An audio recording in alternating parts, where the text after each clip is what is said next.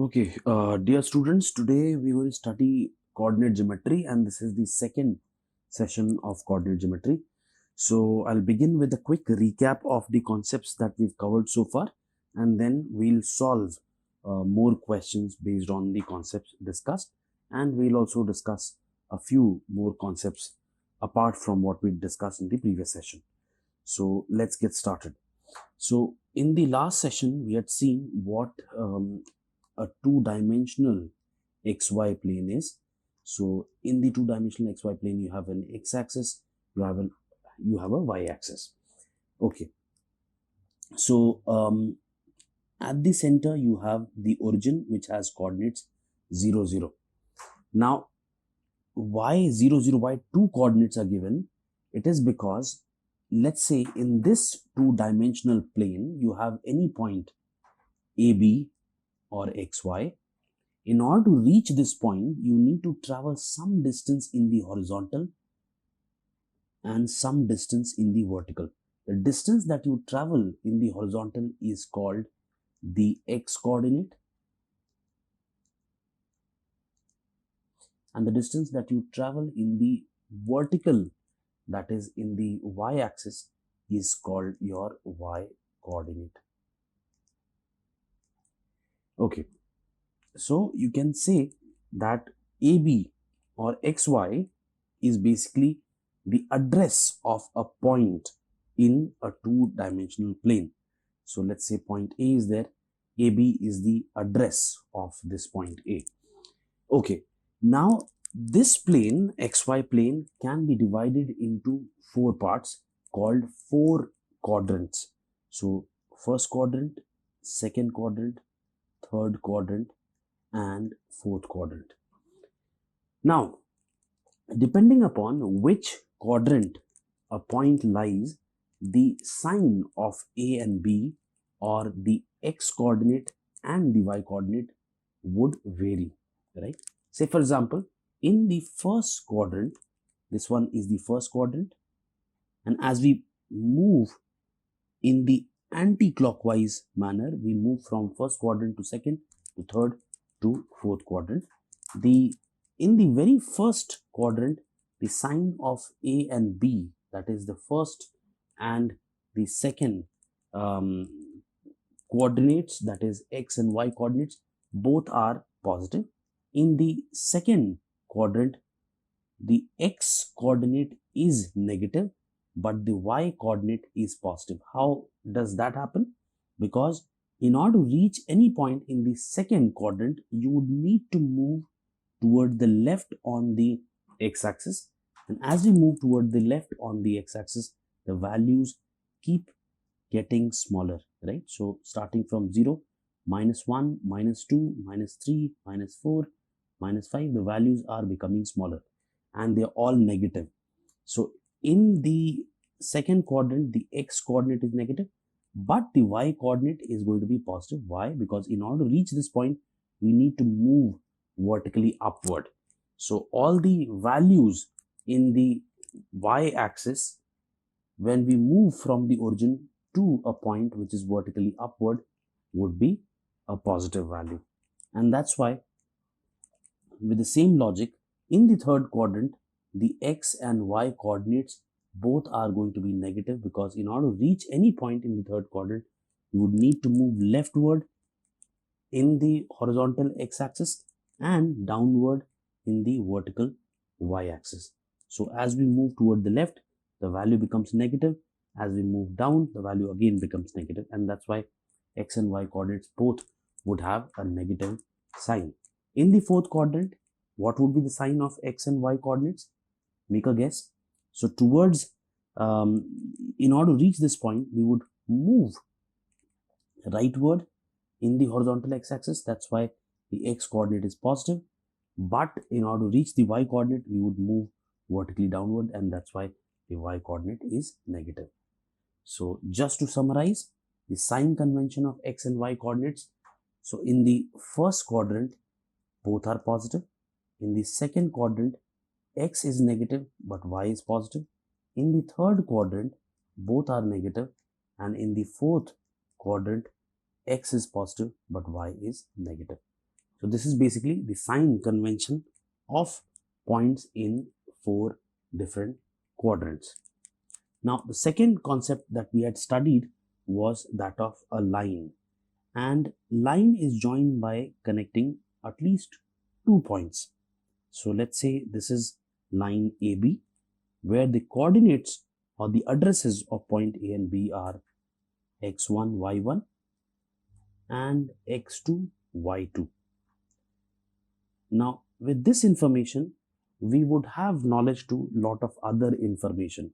We can figure out other related information related to this line the moment we have an idea about the coordinates, the 2 coordinates of a line.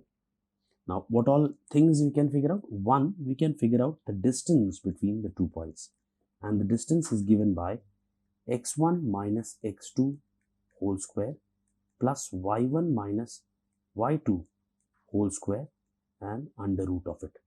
So this is the distance between the 2 points A and B.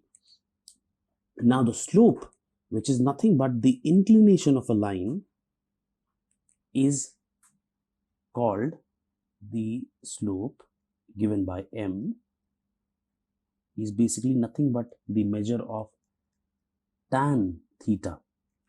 It highlights, it depicts the inclination of a line with the positive x-axis, right? Okay.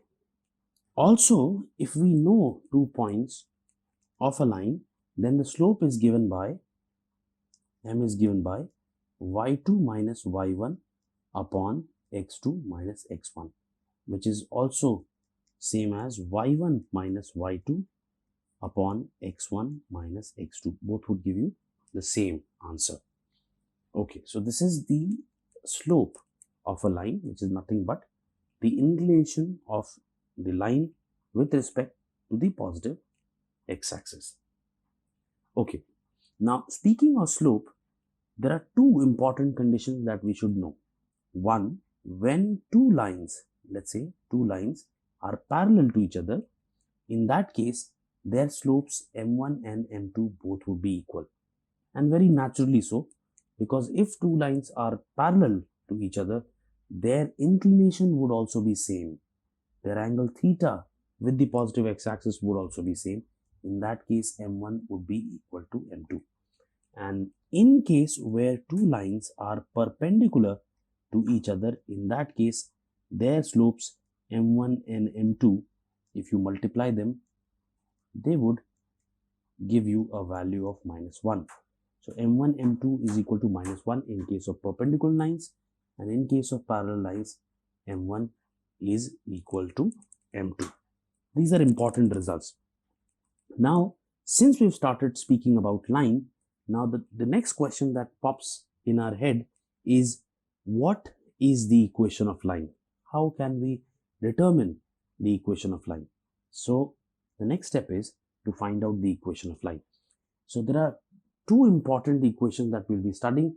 One is the slope-intercept form, which is y is equal to mx plus c. Why it is called slope-intercept form? Because m is nothing but the slope of the line that we've just studied, and c is the y-intercept. Now, in order to understand this better, in order to understand what is the intercept, let's see a line which is on the xy plane, and this line, let's say L, cuts the origin, at a distance of c from the origin, and the coordinates of origin would be 0, 0. So this distance from the origin, which of a line which cuts the y-axis at, let's say, point A, is called the y-intercept. So this point, let's say, is the origin point is O, and the point where the line cuts the y-axis, and between the 2 points, the distance between the 2 points, origin and the point where the line cuts the y-axis, is called the y-intercept, right? Okay, so this is the equation, and a very important equation which we will be using in a number of questions. So it is y is equal to mx plus c. Now the second equation is called intercept form, because we'll be using not only the y-intercept, we'll be using the x-intercept as well. And the equation is given by x upon a plus y upon b is equal to 1. Now where a is the x-intercept and b is the y-intercept. Okay, now if we draw it pictorially, this is how the graph would look like. So this line L. Now what is x-intercept? This is point O, which is origin, so the coordinates would be 0, 0. Okay, and this line cuts the x-axis in such a way that the distance from the origin to the point where it cuts the x-axis is a. Now this distance is called the x-intercept. That is the distance from the origin to the point where the line cuts the x-axis. This distance is called the x-intercept, and as we've seen, this distance is called the y-intercept, and in this equation it is given by b. So if you know the x and y-intercept, you can exactly find the equation of a line, right? This is called intercept form. All right, fair enough. So utilizing these information and few more, we're going to solve more questions. Okay, one more thing that you can that we'll be discussing today is the area of a triangle. Area of a triangle. Let's say a triangle is there. Triangle is a two-dimensional object, and there are three vertices A, B, C, three vertices of this triangle, and the coordinates of these vertices are x1, y1, x2, y2, x3, y3. In that case, the area of triangle is given by half into, so you know the basic formula, right? Half into base into height. So base is nothing but the horizontal distance, right? So let's say this is a triangle. Base is nothing but the horizontal distance, and height is nothing but the vertical distance, right? So horizontal distance is the x-axis, right? The value in the x-axis, and vertical distance is the value in the y-axis. So that is what we are going to do. So half, easy to write, x1, and then you can write plus x2, then you can write plus x3, and then multiply it by the vertical distance, that is y2 minus y3.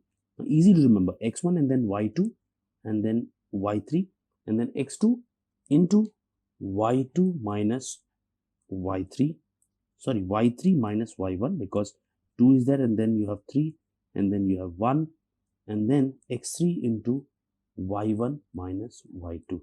So this would be the equation of, this would be the area, this would give you the area of this triangle,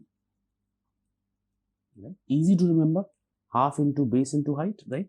So half into x1 into the y gradient, that is y2 minus y3, plus x2 into y3 minus y1 plus x3 into y1 minus y2. Okay, now we're going to solve some questions. So let's get started. Okay, so this is the equation that we were just discussing. So area of triangle is half into x1 plus x2 plus x3 multiplied by y2 minus y3 multiplied by y3 minus y2, y3 minus y1, and then multiplied by y1 minus y2.